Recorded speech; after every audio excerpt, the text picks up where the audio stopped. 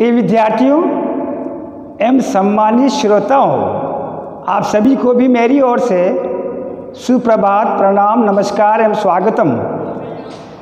BSc भाग द्वितीय के समस्त विद्यार्थियों का आज के व्याख्यान प्रस्तुतिकरण में हार्दिक अभिनंदन। प्रिय विद्यार्थियों, आज हम बीएससी भाग द्वितीय के प्रश्न पत्र तृतीय के भौतिक रसायन के इकाई द्वितीय के ऊष्मागतिक द्वितीय भाग पर अपना व्याख्यान प्रस्तुत करेंगे। विगत व्याख्यानों को हम पुनः दोहरा देते हैं, जिसका शीर्षक कार्नोट चक्र एवं संबंधित सूत्र की उत्पत्ति थी। प्रिय विद्यार्थियों, विगत व्याख्यानों में हम विभिन्न वैज्ञानिक ऊष्मागतिकी के पद जैसे ऊष्मा इंजन, ऊष्मा स्रोत, सिंक क्या होता है, इसके बारे में हमने मंथन की थी, उस पर विस्तार से चर्चा किया था। और ऊष्मा इंजन के बारे में हमने ये बताया था कि ऊष्मा इंजन जो होता है ये वाहन वाला जो इंजन है वो नहीं होता, अपितु ब्रह्मांड में अवशोषित ऊष्मा को भिन्नात्मक कार्य के रूप में रूपांतरित करने के लिए चुना गया एक काल्पनिक सिलेंडर होता है, जिसको ऊष्मा इंजन कहा जाता है। अन्य पदों में ऊष्मा स्रोत होता है। इसके पूर्व में हमने जो है महत्वपूर्ण ऊष्मागतिकी के पद ऊष्मा भंडार पर अध्ययन किया था। ऊष्मा भंडार जो है उन तंत्रों को कहा जाता है जिसके सर्वत्र भाग पर तापमान समान होता है। सर्वत्र भाग पर तापमान समान होता है, ये ऊष्मा भंडार और ऊष्मा कुंडी का है। पुनः दो प्रकार की होती है। प्रथम प्रकार जो था वो ऊष्मा स्रोत का था। ऊष्मा स्रोत वो तंत्र, वो युक्ति होती है जिसके सर्वत्र भाग पर तापमान समान होता है लेकिन उच्च होगा और इसका तापमान T2 के द्वारा प्रदर्शित किया जाएगा। इसी क्रम में ऊष्मा भंडार का द्वितीय प्रकार जो था सिंक था, जिसका तापमान न्यूनतम होता है, T1 के द्वारा प्रदर्शित किया जाता है।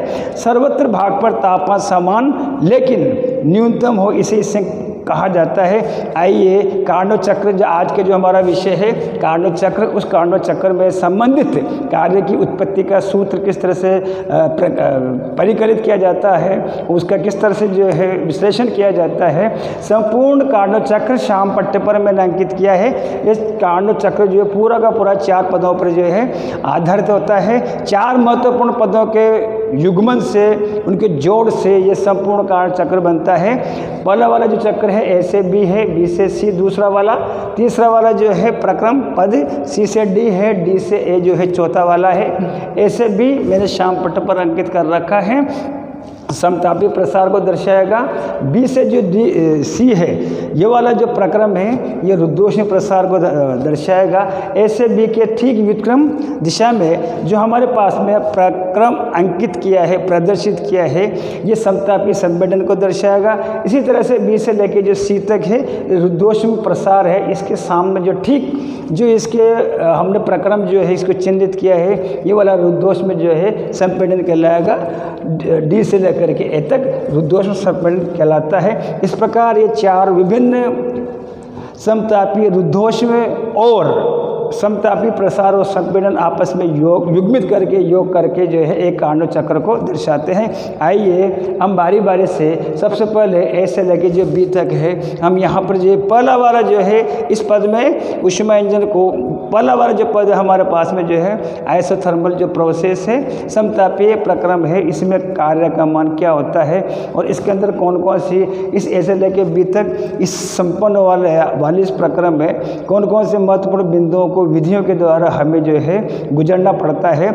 इसको समझाने के लिए ए से लेकर बी तक कार्य में रूपांतरण के लिए प्रिय विद्यार्थियों आप सभी के सम्मुख उपस्थित होकर के मैं एक महत्वपूर्ण जो है दृष्टांत प्रस्तुत करना जा रहा हूं, जिसमें मेरे पास में जो चौक का जो एक डिब्बा है, एक बॉक्स है, इसको मैं ऊष्मा इंजन के रूप में प्रयोग में लूँगा। दूसरे हाथ में दाहिने तरफ मेरे जो पास में जो डस्टर है, इस डस्टर को जो है मैं ऊष्मा इंजन के ऊष्मा स्रोत के रूप में कहाँ में लूँगा। ये वाला ऊष्मा इंजन होगा, ये वाला ऊष्मा स्रोत होगा। फिर से समझिए, चौक का जो डिब्बा है ये इंजन होगा, ये स्रोत होगा, ऊष्मा दोनों में कॉमन है। इसको मैंने यहाँ पर जो है नीचे वाले श्याम पट्टे पर जो है ये वाला जो आरेख है कार्नोट चक्र का, ये आलेखी निरूपण को दर्शाता है। नीचे वाला जो है सरल आरेख को दर्शाता है। आप देखेंगे बड़ा वाला जो यहाँ पर जो बॉक्स मेरा प्रयोग में लिया है। ये बड़ा वाला बॉक्स जो है ये ऊष्मा इंजन को दर्शाएगा। इसका संबंध जो है ऊष्मा स्रोत से होता है। इसको ऊष्मा स्रोत से संबंध, इंजन का संबंध ऊष्मा स्रोत से युग्मन करने के पश्चात में इसको समतापीय ढंग से जो है हम इसको क्या करते हैं, धीरे धीरे शनै शनै जो है आज मेरे हाथ में देखेंगे, इसको जो है प्रसारित करते हैं। प्रसारित करने में जो है किए गए कार्य का मान जो है श्याम पट्टे पर मैंने लिखा है W+W1 बराबर R-T2 ln V2 upon V1। यहाँ पर V2 का मान जो है V1 से ज़्यादा होगा। ये सूत्र कहाँ से आया? इस सूत्र को हमने ऊष्मागतिकी प्रथम में जो है हमने व्युत्पन्न किया है। चाहो तो वहाँ से उत्पन्न करके यहाँ लिख सकते हैं, या प्रत्यक्ष रूप से किया गया कार्य का मान, चूंकि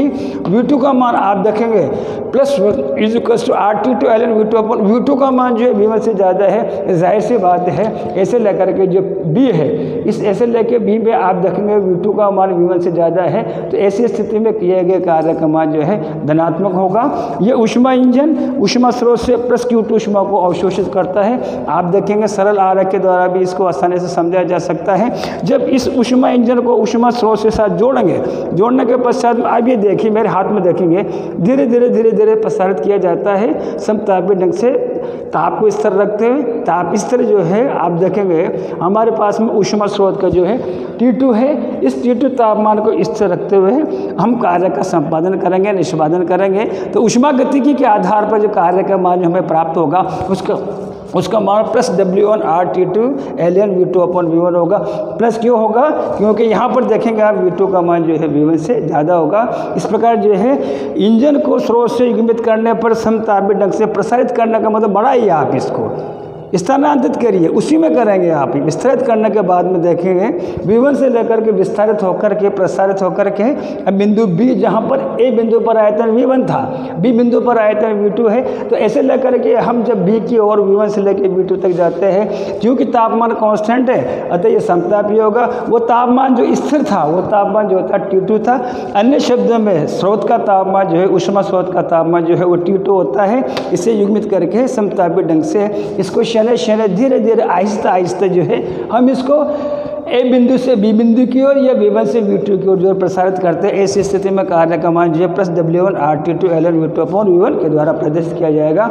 इसका अगला वाला जो भाग है रुद्धोष्मी प्रसार, अगला वाला जो प्रक्रम है, इसको आने वाले व्याख्यानों में हम कक्षा में जो है कि रुद्धोष्मी प्रसार में कार्य का मान कितना होता है हम परिकलित करेंगे। आप सभी को बहुत बहुत धन्यवाद, आभार।